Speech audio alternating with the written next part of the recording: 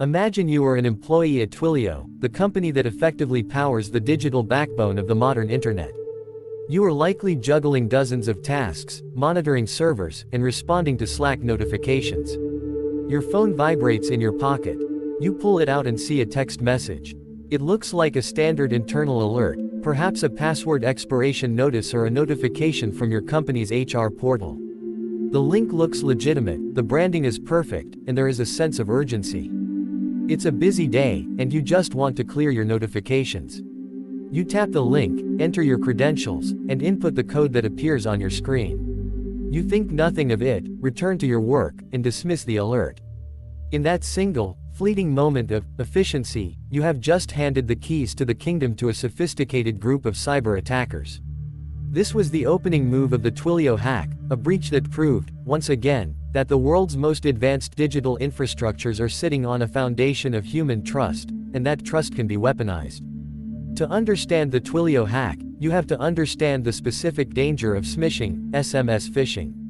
For years, cybersecurity awareness training has focused on email. We are taught to look for weird domains, grammatical errors, and suspicious attachments. But we have been conditioned to trust our SMS inbox. We receive our banking codes, our multi-factor authentication tokens, and our delivery notifications via text. We associate the SMS format with legitimate, high-trust alerts. The attackers behind the Twilio incident exploited this psychological conditioning with surgical precision. They didn't target the company's firewall, they targeted the company's employees' mobile devices.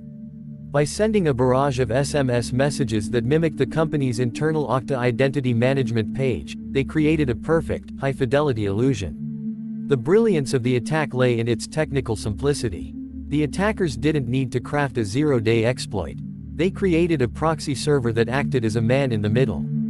When the employees tapped the link in the text message, they were directed to a web page that looked exactly like the real Twilio login portal. As the employees entered their usernames and passwords, the proxy server captured them in real time. But the genius, and the most dangerous part, was how they handled multi-factor authentication.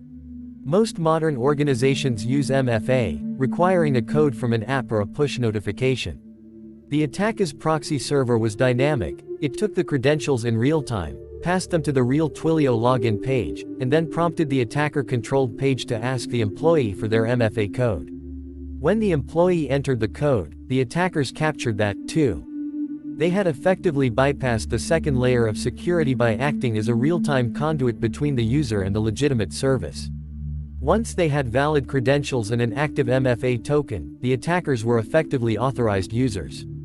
They weren't breaking into the system, they were logging in. They gained access to Twilio's internal systems, and because Twilio is a massive communication hub that provides the infrastructure for two-factor authentication for thousands of other companies, the potential for damage was astronomical.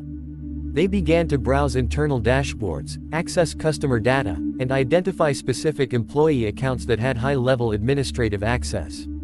The breach was not a singular event, it was a deep, quiet infiltration. But the true impact of the Twilio hack was felt far beyond the company's own servers. This breach became the first domino in a massive supply chain attack.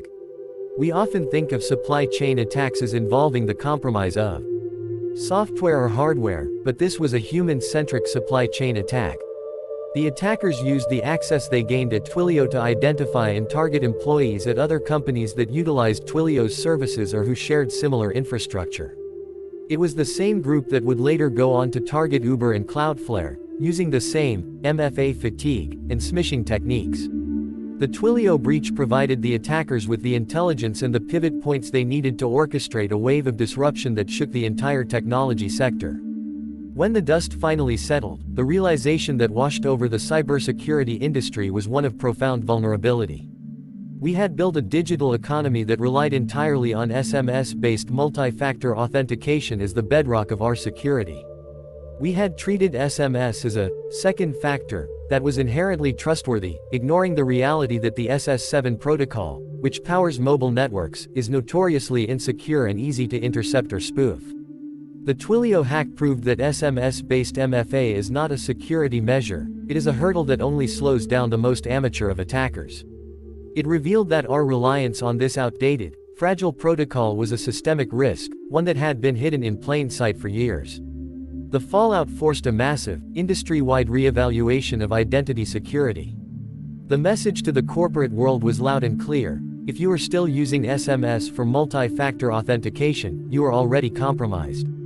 We began to see a rush toward FIDO2 compliant security keys, hardware-based authentication, and push-based notifications that require a matching code or a biometric scan. The industry finally started moving toward the zero trust model, the philosophy that no user, no device, and no network can be trusted, regardless of whether they have the right password or the right MFA code.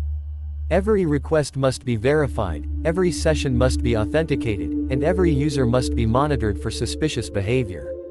However, the Twilio breach also highlighted an uncomfortable truth about our current digital existence. No matter how many hardware keys we distribute, no matter how many biometrics we implement, we are always limited by the nature of the people who interact with our systems.